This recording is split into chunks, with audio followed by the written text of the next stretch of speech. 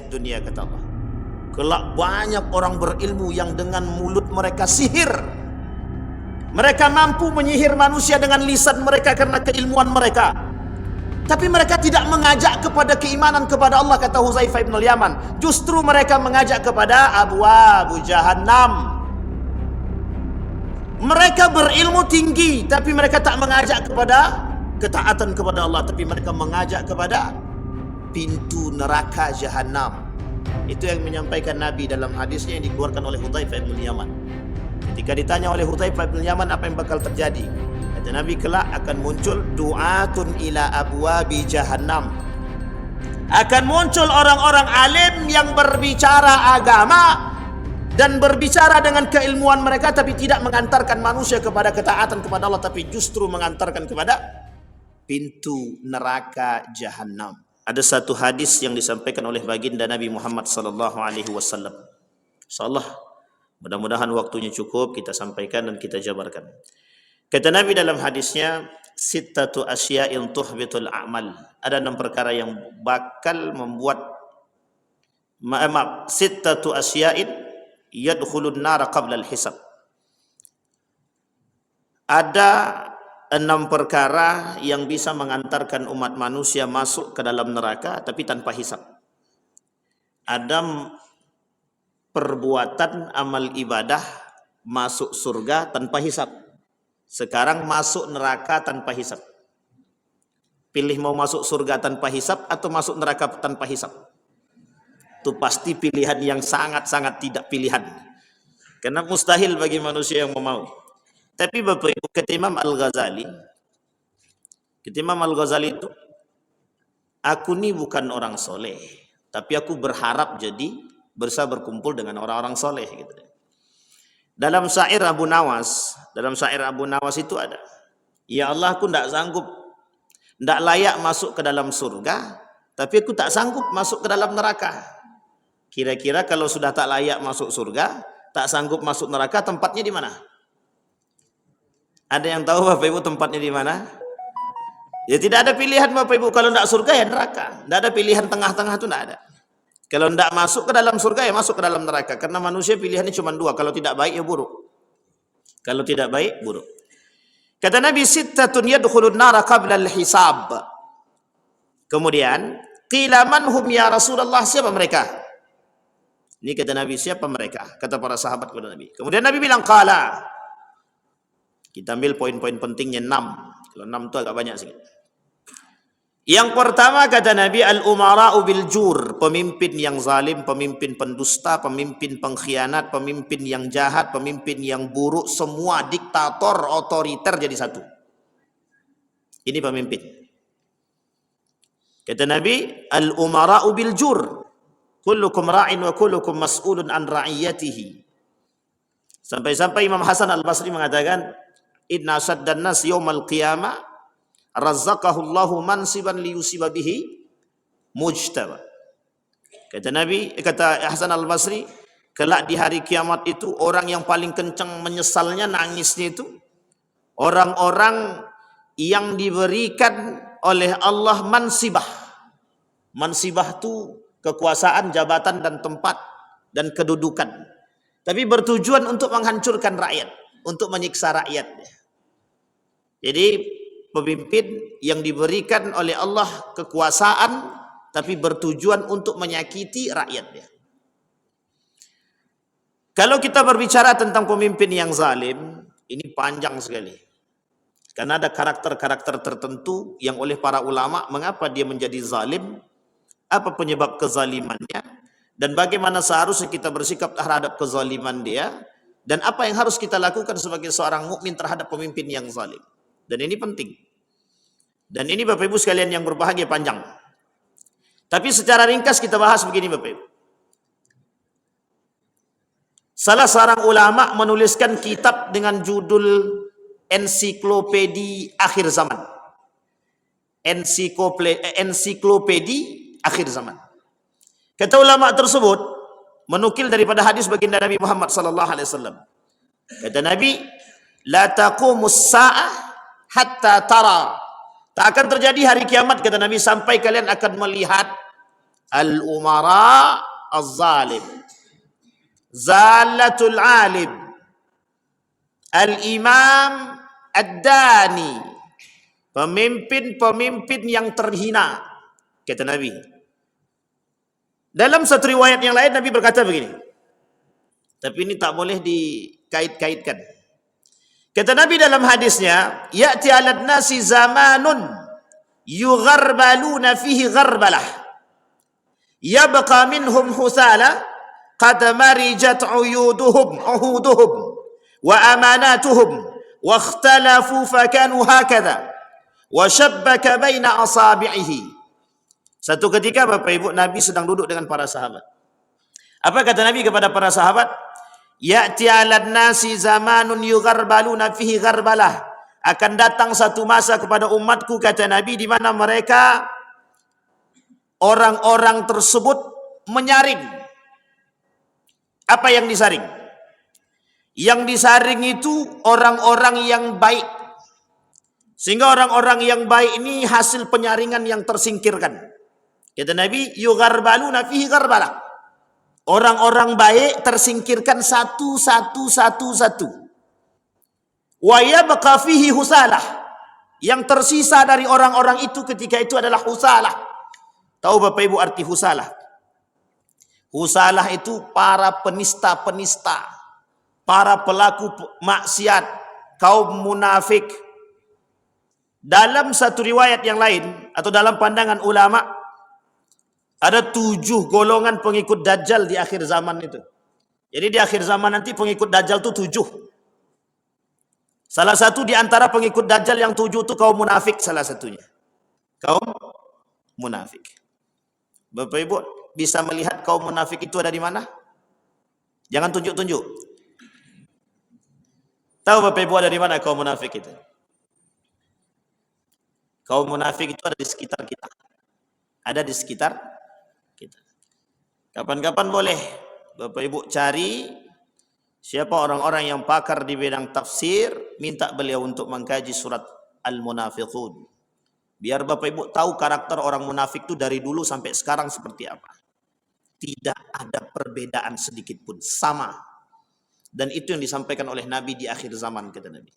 Karena kelak yang mengisi zaman ini semuanya manusia munafik, yang tersingkir itu orang-orang baik. Yang tersingkir orang-orang baik. Apa kata Nabi? Yugharbaluna fihi gharbalah. Tersingkir sedikit demi sedikit, satu orang baik. Yang tersisa husalah, para penista, pengingkar janji, pengkhianat, orang-orang pelaku maksiat, para koruptor, para suapisasi, para pelaku maksiat, para pelaku peminum khamar, para pezina, para pemabuk berkumpul jadi satu. Orang-orang yang baik ketika itu di mana? Mereka tak mampu menampakkan diri mereka. Ada yang beruzlah, ada yang tetap di rumah, ada yang tak berani keluar, ada yang keluar hanya untuk sekedar beribadah kemudian kembali. Kenapa demikian? Karena ketika itu kebenaran, keadilan, kejujuran tidak nampak. Yang nampak adalah dusta. Yang nampak adalah ketidakadilan. Yang nampak adalah ketidakjujuran. Dan itu yang terjadi di akhir zaman, kata Nabi. Pertanyaannya adalah, apakah perkataan Nabi ini pasti terjadi? Ada yang mengingkari? Assalamualaikum. Tidak usah terlalu tegang-tegang, betul Pak. Ada enggak yang mengingkari perkataan Nabi? Tidak ada Pak. Kalau kita orang beriman tak akan mungkin kita mengingkari. Pertanyaannya adalah, apakah perkataan Nabi ini pasti terjadi? Sekarang pertanyaan kemudian muncul. Kira-kira di zaman yang sekarang kita tempuh nih, sudah mulai berkurang atau bertambah orang baik itu? Ayo ngomong apa-apa di depannya. Pertanyaannya adalah, sadar kita akan berkurangnya orang baik di hadapan kita? Pertanyaan kemudian muncul. Di mana posisi kita? At-tathabbut bil khair am ma'ahum? kita tetap pada kondisi atau tetap pada pendirian kita sebagai orang yang baik, atau kita bersama dengan mereka? Sekarang lebih banyak yang bersama Bapak Ibu orang baik atau bersama mereka? Lebih banyak mana? Orang yang tetap pada pendiriannya dalam kebaikan atau bergabung bersama para pendusta, para pengkhianat? Bergabung atau memisahkan diri? Lebih banyak bergabung atau yang memisahkan diri? Jangan tersinggung, jangan tersinggung. Salah satu karakter kaum munafik adalah pengkhianat. Salah satu kaum munafik, ciri dan karakternya, kata Syekh Dr. Aid Al-Qarni, adalah pengkhianat. Itu yang pertama. Al-umara'u bil jur. Ini kalau dibahas panjang, Pak. Tapi begitu kata Nabi, kerap memang akhir zaman itu isinya memang para pemimpin-pemimpin yang zalim. Bapak Ibu boleh cek dari Amerika sampai Indonesia, cek aja negara-negaranya, Pak. Cek saja negaranya. Mana pemimpin-pemimpinnya yang memang pemimpinnya yang tidak zalim. Kita katakan pemimpin Indonesia zalim ya. Tapi kita mengambil daripada sejarah, kita kemudian melihat daripada sejarah, kita melihat daripada perkataan baginda Nabi, kita melihat dari perkataan Allah dalam Al-Quran. Coba kita runut.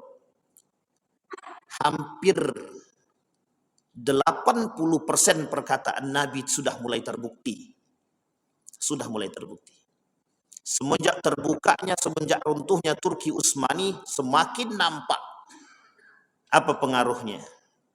Siapa yang membuat itu terjadi? Apakah ini skenario ataukah ini dibuat oleh orang-orang tertentu? Baik. Sekarang Bapak Ibu, adakah hari ini program yang kita bangun untuk membangun para pemimpin-pemimpin yang adil, pemimpin-pemimpin yang baik? Ada enggak program kita menciptakan generasi-generasi pejuang yang memperjuangkan kebaikan?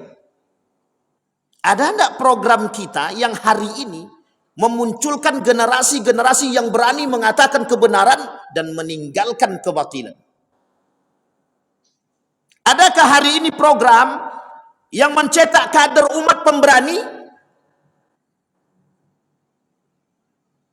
Jangan tersinggung. Memang begitu keadaan kita hari ini. Yang pertama, al-umara'u bil jur. Kita tak usah panjang pada masa itu. Yang kedua, kata Nabi, yang kedua, al-arabiyatu bil asabiyah. Al-arabiyatu bil asabiyah, kiasan untuk semua. Orang Arab yang sangat fanatik terhadap golongan mereka. Ini kiasan untuk semua. Akan bermunculan, kata Nabi, di akhir zaman itu kelompok-kelompok fanatik. Yang fanatik terhadap golongannya, yang fanatik terhadap mazhabnya, yang fanatik terhadap apa namanya itu? Kelompok dia. Firqah dia. Yang bermunculan apa? Orang-orang yang mohon maaf. Ini Nabi yang nyampai, bukan saya. Kata Nabi, kelak di akhir zaman yang muncul orang-orang yang bodoh. Yurfa'ul ilma wa yathbutul jahlu. Ilmu diangkat dari orang-orang yang tersisa adalah orang-orang yang bodoh, kata Nabi. Wa yathbutul jahlu. Jahlu itu artinya bodoh. Tidak bisa diartikan apapun, tidak bisa. Diartikan orang tidak berilmu, memang arti jahlu itu bodoh. Dulu ada orang jenius. Sekarang tak ada lagi orang jenius. Yang ada orang pinter. Orang pintar mulai berkurang semakin sedikit demi sedikit. Oh, itu sudah menjadi sunnatullah, bukan sunnatullah. Memang itu perkataan Nabi. Akan berkurang. Orang berilmu seperti apa yang berkurang? Orang berilmu yang dengan keimanannya. Kalau orang pintar banyak, orang berilmu hari ini banyak. Yang bergelar profesor tuh banyak. Yang bergelar doktor tuh banyak. Sekarang yang menjual agama tuh juga bergelar profesor, bergelar doktor, dan bergelar magister. Itu yang berani memperjualkan agama. Yang mengatakan agama ini musuh negara, profesor. Yang memperjualbelikan kebenaran, profesor. Yang memperjualbelikan hukum, doktor. Kata Nabi, kelak di akhir zaman, orang-orang yang tertinggal itu adalah orang-orang yang bodoh. Orang berilmu banyak, tapi berilmu dengan keimanan itu yang sedikit. Apa yang terjadi? Wa minan nasi may yu'jibuka qawluhu fil hayatid dunya, kata Allah. Kelak banyak orang berilmu yang dengan mulut mereka sihir. Mereka mampu menyihir manusia dengan lisan mereka karena keilmuan mereka. Tapi mereka tidak mengajak kepada keimanan kepada Allah, kata Huzaifah bin al-Yaman. Justru mereka mengajak kepada abwabu jahannam. Mereka berilmu tinggi, tapi mereka tak mengajak kepada ketaatan kepada Allah, tapi mereka mengajak kepada pintu neraka jahannam. Itu yang menyampaikan Nabi dalam hadisnya yang dikeluarkan oleh Hudzaifah bin Yaman. Ketika ditanya oleh Hudzaifah bin Yaman apa yang bakal terjadi, kata Nabi, kelak akan muncul du'atun ila abwabi jahannam. Akan muncul orang-orang alim yang berbicara agama dan berbicara dengan keilmuan mereka, tapi tidak mengantarkan manusia kepada ketaatan kepada Allah, tapi justru mengantarkan kepada pintu neraka jahannam. Saya tak mau ajak Bapak Ibu untuk berfikir, betul tak ya terjadi hari ini? Tapi tanpa kita mengajak berfikir, mungkin Bapak Ibu dah paham. Kenapa kita katakan demikian? Kalau kita sebagai jamaah ni tak sadar, tidak mau memunculkan keilmuan kita dengan keimanan, filter yang harus kita lakukan hari ini dengan iman, bukan dengan ilmu. Karena banyak orang berilmu tapi tidak berakhlak. Banyak orang berilmu tapi mereka meniadakan akhlak. Profesor Dr. Sayyid Naqwib Al-Attas, ilmuwan muslim yang tersisa tinggal di Malaysia, menuliskan dalam tulisan beliau, kata beliau begini.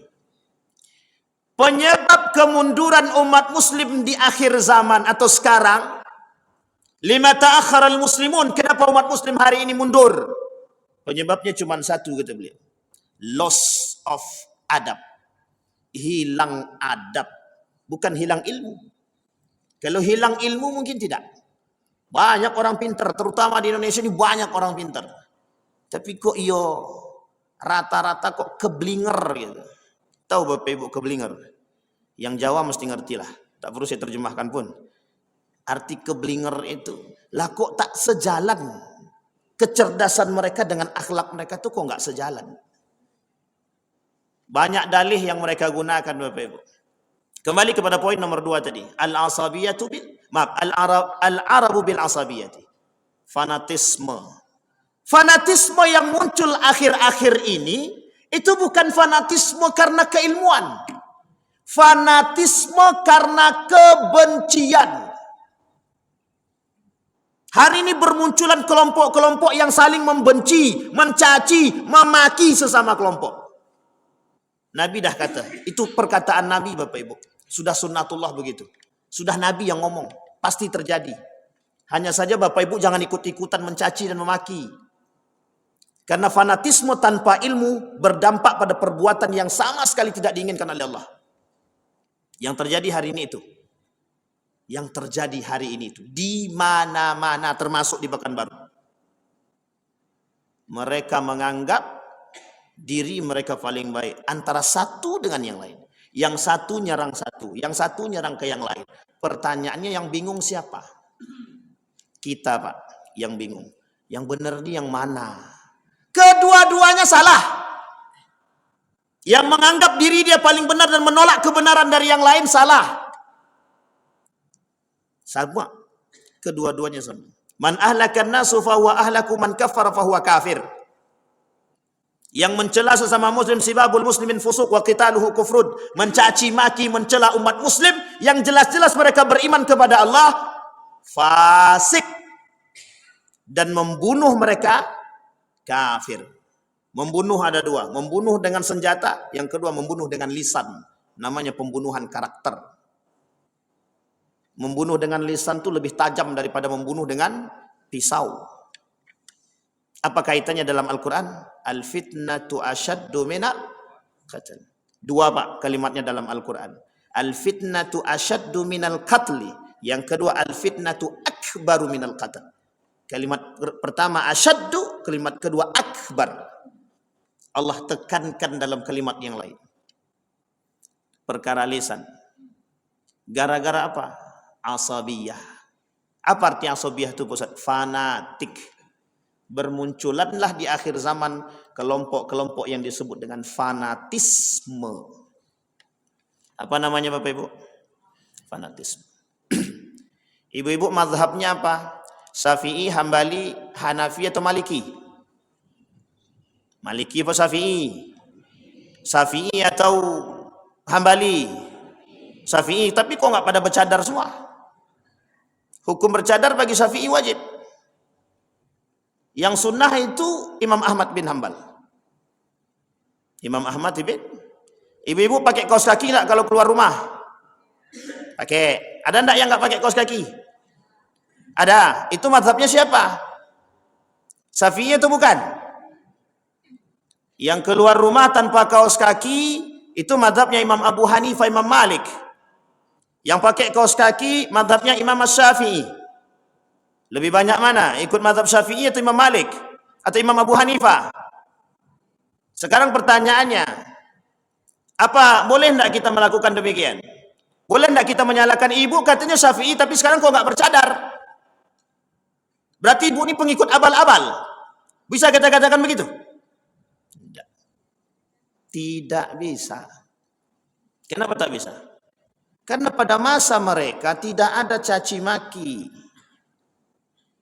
Yang boleh melakukan caci maki, bukan caci maki. Yang boleh mengatakan, melemahkan konsep-konsep itu hanya orang-orang yang berilmu. Hari ini itu yang berbicara orang-orang yang dungu. Makanya mereka dengan bebas berkata, oh si Anu, oh si B, oh si C.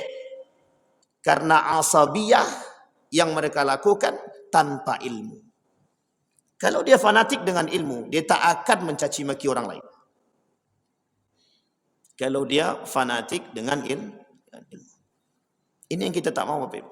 Karena dalam kehidupan kita tidak mutlak Syafi'i.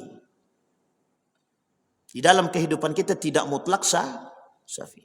Dan kita tidak berhak mengatakan yang bukan Syafi'i salah. Dan kita tak berhak mengatakan yang bukan Hambali salah. Yang bukan Maliki salah. Tidak bisa Pak. Ada satu kondisi kita menggunakan madhab A. Ada satu kondisi kita menggunakan madhab B. Dan itu kondisi-kondisi tertentu. Bukan berarti kita lepas pada pegang. Kita boleh berpegang teguh Pak. Hukum berpegang pada satu madhab itu sunnatun muakkadah. Bahkan ada yang mengatakan wajib. Betul, wajib tapi tak mengharamkan bagi yang lain. Ini unik Pak, unik. Saya sering ditatar pertanyaan, Ustaz, tadi kami kan lupa Ustaz. Lupa kami tadi. Lupa apa? Lupa pakai cadar katanya. Gimana? Salahkah kami? Kemudian ada kami sholat Ustaz. Tiba-tiba kami tak sholat tahiyatul masjid. Ada orang bilang sama kami tak sah sholat kami Ustaz. Sampai dia bilang pokoknya tak usah sholat sini. Anda tidak sah sholat Anda. Pergi balik ke rumah kata dia. Saya bilang ini kelompok mana lagi? Ini lebih parah daripada sesat ini kalau begitu. Sampai sini paham Bapak Ibu. Jadi kondisi kita Bapak Ibu, kondisi al-Arab bil asabiyah. Ini kiasan untuk semua. Kalau kita kembalikan kepada al-Arab wal asabiyah, orang Arab yang fanatik banyak. Hari ini bermunculan Bapak Ibu perkataan Nabi itu, terbukti. Orang Arab itu jangankan orang Arab, yang baru masuk ke Arab aja rasisnya kuat. Rasis Bapak Ibu, rasis. Orang Arab itu sangat fanatik terhadap kelompok mereka. Misal Bapak Ibu dari kabilah Tamim. Itu orang-orang Tamim tidak mau Bapak Ibu.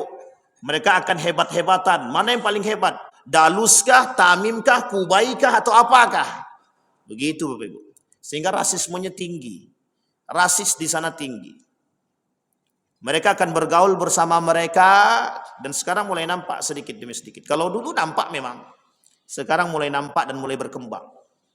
Itu kalau kita kembalikan kepada Arab. Jangan salah Bapak Ibu. Di Arab itu rasisnya tinggi. Jarang orang kaya mau duduk dengan orang miskin. Yang kita tengok itu segelintir saja Pak. Seorang syekh bernama Syekh At-Turaifi namanya. Syekh At-Turaifi itu mengata, ketika dia berbicara mengatakan bahwa hilangkan hilangkan perbedaan antara setiap kelompok, kata Syekh Turaifi. Dan dia membantah kebijakan pemerintah. Besok masuk penjara tuh Bapak Ibu. Sampai sekarang belum keluar lagi. Hanya gara-gara protes terhadap kebijakan pemerintah untuk kesetaraan. Artinya apa? Dia ingin mengatakan tidak ada perbedaan antara kaya dan yang miskin. Gitu. Nah, akhirnya Pak masuk penjara. Namanya Syekh Turaifi. Jangan salah Pak. Mudah-mudahan di tempat kita tidak. Mudah-mudahan di negara kita tidak. Itu yang kedua. Apa kesimpulan daripada Al-Sabiyah tadi? Jangan sampai fanatik yang berlebihan. Nabi kata dalam hadisnya, la taghlu fi dinikum. Jangan kalian berlebihan tanpa ilmu terhadap agamamu. Apa yang terjadi Bapak Ibu? Mohon maaf. Apa yang terjadi orang yang berlebihan tanpa ilmu terhadap agama? Kaum Khawarij. Itu paling jelas pada masa Ali bin Abi Thalib. Ali bin Abi Thalib ketika pulang dari perang Siffin, di tengah perjalanan keluar dari barisan Ali, 200 lebih yang keluar, mereka pergi ke perbatasan Harura antara Kufah. Kemudian mereka mereka pergi bergerilya ke pedesaan-pedesaan di setiap Kufah tersebut. Tapi basis mereka ada di Harura. Apa yang mereka tanamkan kepada masyarakat-masyarakat yang awam itu, kata mereka kepada masyarakat-masyarakat yang awam, kembalilah kepada Al-Quran dan Sunnah. Itu yang mereka tekankan kepada orang-orang yang ada di sekitar. Sehingga tercuci otak mereka. Setelah tercuci otak mereka, apa yang terjadi? Yang terjadi adalah semua orang yang bertentangan dengan pemahaman mereka, mereka semua bukan dari golongan kami, gitu. Bahkan yang lebih parah lagi, fanatiknya yang paling parah lagi, yang bertentangan dengan pemahaman mereka dibunuh. Itu Khawarij. Sekarang ada, mungkin tak sampai bunuh-bunuh. Ada kelompok yang selalu menganggap diri dia paling benar, siapapun mereka. Setiap kelompok yang menganggap diri dia paling benar dan tidak mau bergabung dengan siapapun dan tidak mau menerima pandangan-pandangan yang lain, bagian daripada Khawarij. Jangan tersinggung. Siapapun itu. Neo Khawarij. Itu yang terjadi sekarang. Nabi katakan dalam hadis yang lain. Kata Nabi, kelak akhir zaman akan muncul kelompok-kelompok yang fasih. Lebih fasih daripada anda. Lebih baik ibadahnya daripada anda. Yaqra'una al-Quran hatta fi unuq. Mereka cuma baca Quran sampai di sini. Sekarang saya tanya kepada kita semua Bapak Ibu. Lebih cerdas kita atau Yahudi dalam memahami Al-Quran? Jawab dengan jujur Bapak Ibu. Lebih cerdas kita atau Yahudi dalam memahami Al-Quran? Saya tak katakan Bapak Ibu Khawarij ya. Siapa yang lebih cerdas? Yahudi jam 3 malam bangun, mandi, kemudian dia baca Quran. Dan dia bertadabbur dengan ayat Al-Quran. Hari ini siapa di antara kita yang bangun tengah malam, mandi, kemudian bertadabbur dengan ayat Al-Quran? Yang ada dalam masjid ini saja. Kalau baca Quran mungkin. Tapi yang bertadabbur dengan ayat Al-Quran. Ada? Angkat tangan. Perlu kita contoh kalaupun ada. Yaqra'un al-Quran hatta fi unuq. Apa maksudnya? Membaca Al-Quran, Pak, membaca Al-Quran, hafal Al-Quran, tapi tak paham, tapi tak mengamalkan. Kata Nabi, kelak di akhir zaman, kata Nabi, akan muncul orang-orang yang dengan sunnahku, dengan perkataanku, dengan Al-Quran, mereka tidak mengamalkan. Yang mereka lakukan apa? Fasih. Berdebat tentang Al-Quran, tapi tidak berdebat tentang pengamalannya. Oh, si anu tuh pintar baca Quran, dia bagus. Tapi kadang-kadang karakternya tak sejalan. Maka tak salah Pak. Kata Nabi dalam riwayat yang lain, apa kata Nabi? Inna munafiqi ummati qurra. Kelak akan muncul dari golongan umatku mereka orang munafik. Siapa mereka yang munafik? Qurra. Para penghafal Al-Quran, para pembaca Al-Quran. Yang mereka mengerti Al-Quran, tapi mereka munafik. Kenapa kok munafik, kata Nabi? Ini berat ya Pak. Berarti Ustaz ini tak mendukung anak-anak menghafal Quran. Bukan tak mendukung. Harusnya program yang harus kita angkat sekarang itu bukan hanya sekedar menghafal. Tapi lebih tepatnya bagaimana mengajarkan mereka bertadabbur dengan ayat-ayat Al-Quran. Kiai Haji Ahmad Dahlan 3 bulan mengajarkan surat Al-Ma'un kepada muridnya. Diprotes sama muridnya. Apa kata muridnya? Kok ini terus yang kita pelajari tak selesai-selesai? Dijawab sama Kiai Haji Ahmad Dahlan, Ahmad Darwis. Siapa di antara kalian yang sudah mengamalkan ayat 1, 2, 3 dan selanjutnya? Diam semua. Tak ada yang jawab. Kelak muncul dari surat ini Bapak Ibu, termotivasilah bermunculan ketika itu rumah sakit Muhammadiyah. Dalil pertama, alasan pertama, motivasi pertama, surat Al-Ma'un yang diajarkan oleh Kiai Haji Ahmad Dahlan, Ahmad Darwis. Cuman surat itu. Sekarang Bapak Ibu lihat, banyak rumah sakit Muhammadiyah, dasar munculnya cuman itu, Pak. Coba kalau kita bayangkan, kita ambil contoh sekarang. Ada seorang ilmuwan dari Eropa, yang seorang ilmuwan dari Eropa masuk ke dalam Islam ketika dia mengkaji ayat-ayat astronomi. Namanya Nedel Ghosm. Asalnya Yahudi, orang Yahudi. Dibukanya Al-Quran itu dipelajarinya tentang ayat-ayat astronomi. Pas betul dengan subjek yang dia terima. Artinya dia punya program tentang astronomi, kemudian dia pelajari, ternyata ada di dalam Al-Quran. Dia putuskan untuk masuk ke dalam Islam. Bagus atau tak bagus? Sekarang pertanyaannya adalah, ada enggak orang-orang kita yang seperti itu? Jadi kadang-kadang kita perlu mengaca kepada keteguhan dalam memahami atau bertadabbur dengan ayat Al-Quran. Afala yatadabbaruna Al-Quran am ala qulubi aqaluha. Kadang-kadang kita penting, Pak. Kita mempelajari Al-Quran tapi kita kadang tak menjalankan ayat-ayat Al-Quran. Kita tak menjalankan. Kata Al-Quran, aqimis salata li zikri. Dirikan solat untuk mengingatku, kata Allah. Wong dalam solat kita ingat kok duit yang hilang. Tadi kunci Hondaku di mana ya? Kadang-kadang. Maka Bapak Ibu, ada namanya Syekh Abdurrahman Siddiq Al-Banjari, orang Banjar. Ini orang Banjar mesti tahu.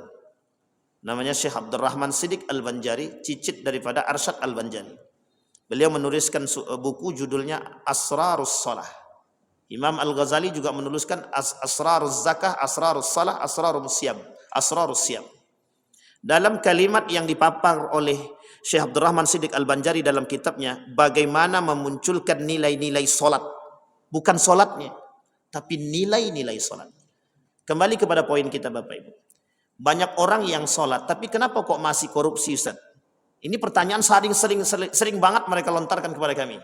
Mengapa Ustaz kok banyak orang solat tapi kok masih mencaci dan masih memaki? Dia solat tapi kok masih mencuri, dia solat tapi kok masih korupsi, dia solat tapi kok ini, itu dan lain sebagainya. Siapa yang bisa jawab Bapak Ibu? Kenapa Bapak Ibu? Kata Allah, inna salata tanha 'anil fahsya'i wal munkar. Salat bisa mencegah perbuatan keji dan mungkar. Berarti salat bisa menjaga harusnya. Salat bisa menjaga tangan harusnya.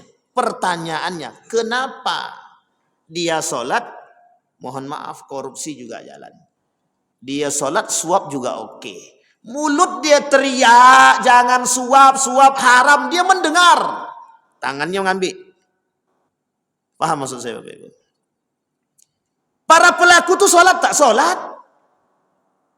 Para pelaku tuh sedekah tak sedekah. Para pelaku tuh puasa tak puasa. Tapi ngapain?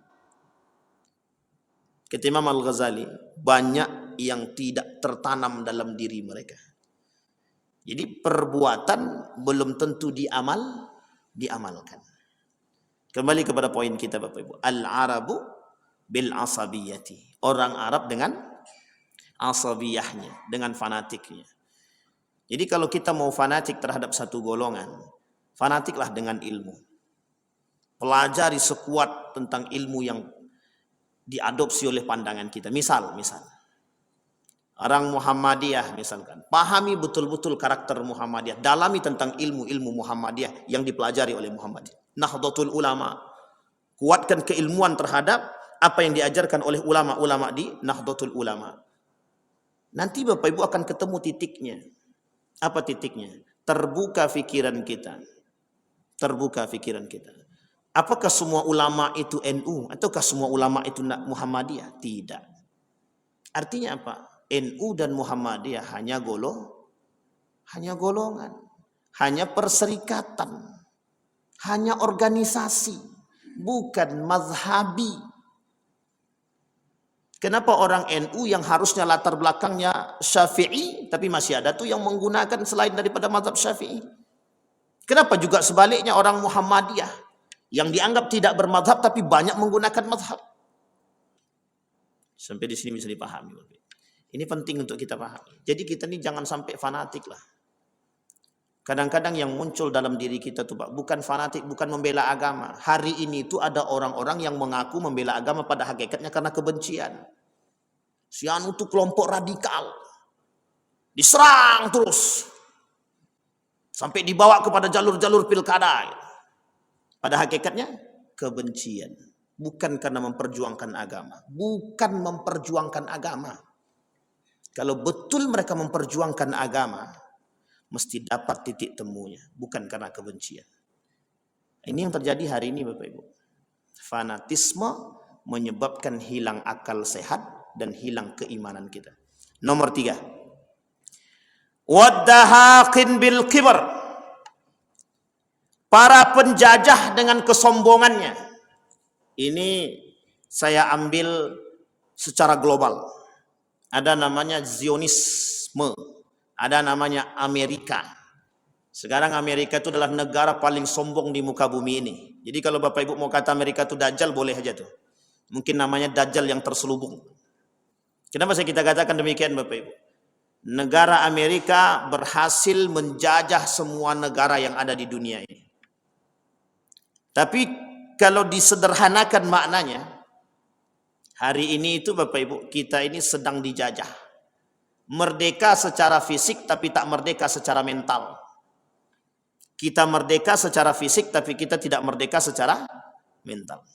Kenapa saya katakan tidak merdeka secara mental? Hari ini kita dijajah dari dunia fikiran, kita dijajah dari dunia pendidikan, kita dijajah dari dunia mental. Dan kita lebih parahnya lagi yang dijajah adalah akhlak. Akhlak kita hari ini dijajah. Bagaimana cara mereka menjajah? Mereka tidak menjajah dengan fisik.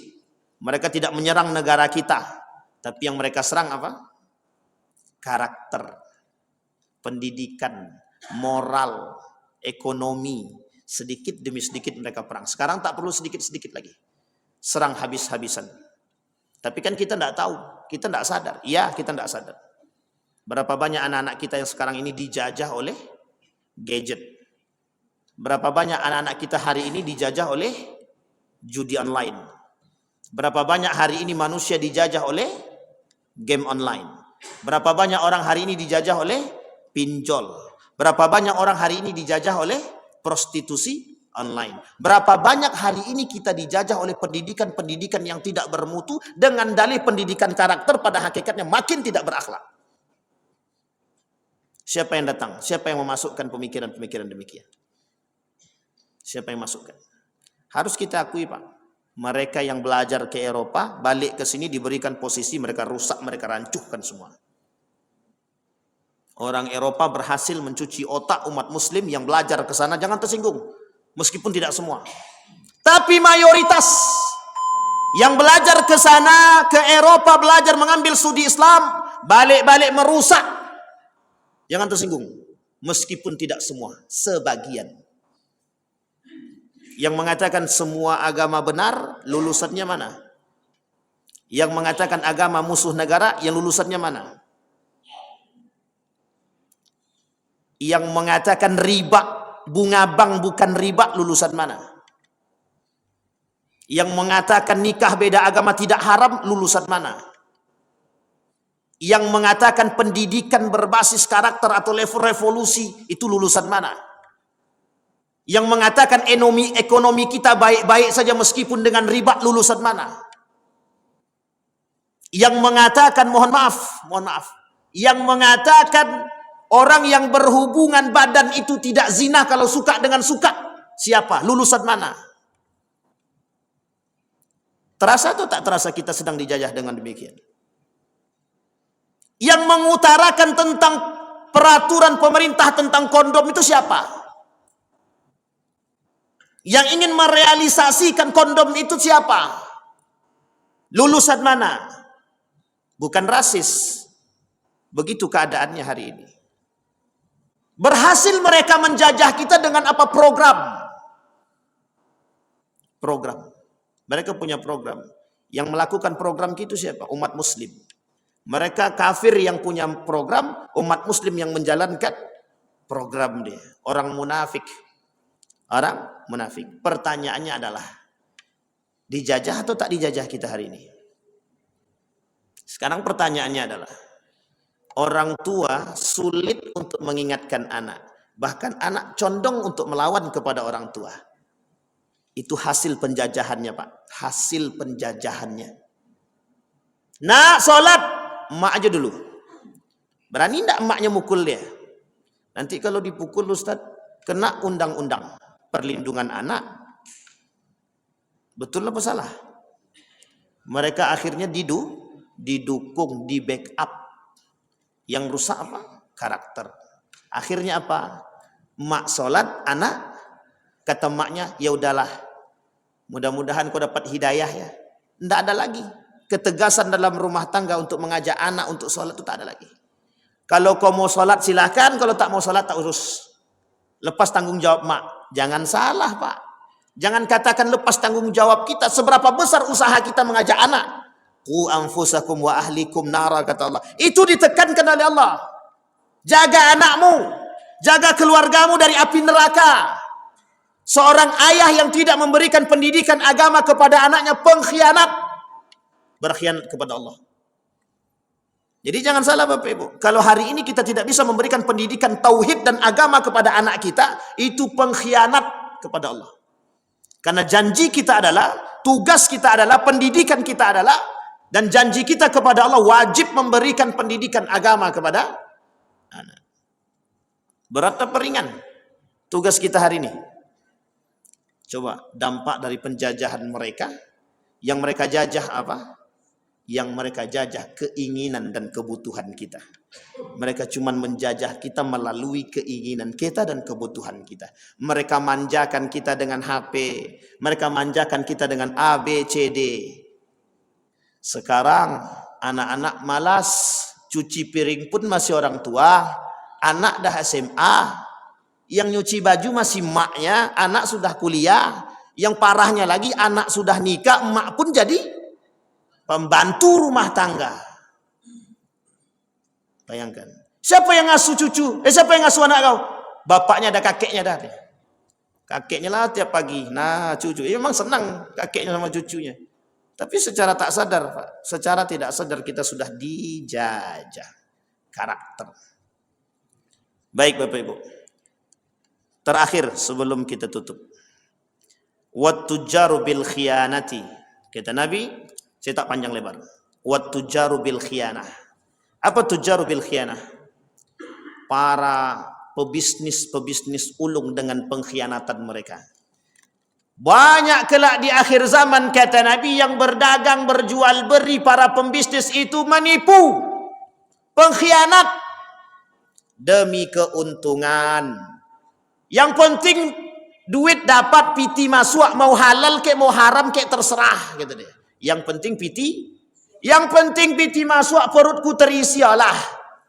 Yang lain terserah. Nak haram kek, nak halal kek lantak, terserah. Itu perkataan Nabi, bukan saya. Kata Nabi, di akhir zaman tuh orang tak mikir lagi mau halal kek mau haram kek terserah, gitu. Yang penting piti masuk. Saya tak panjang di sini. Mudah-mudahan ada manfaatnya bagi kita semua. Harusnya bisa kita selesaikan, tapi ternyata cuma sampai nomor 4. Mudah-mudahan. Kalau Allah izinkan kita ketemu, kita sampaikan, kita selesaikan.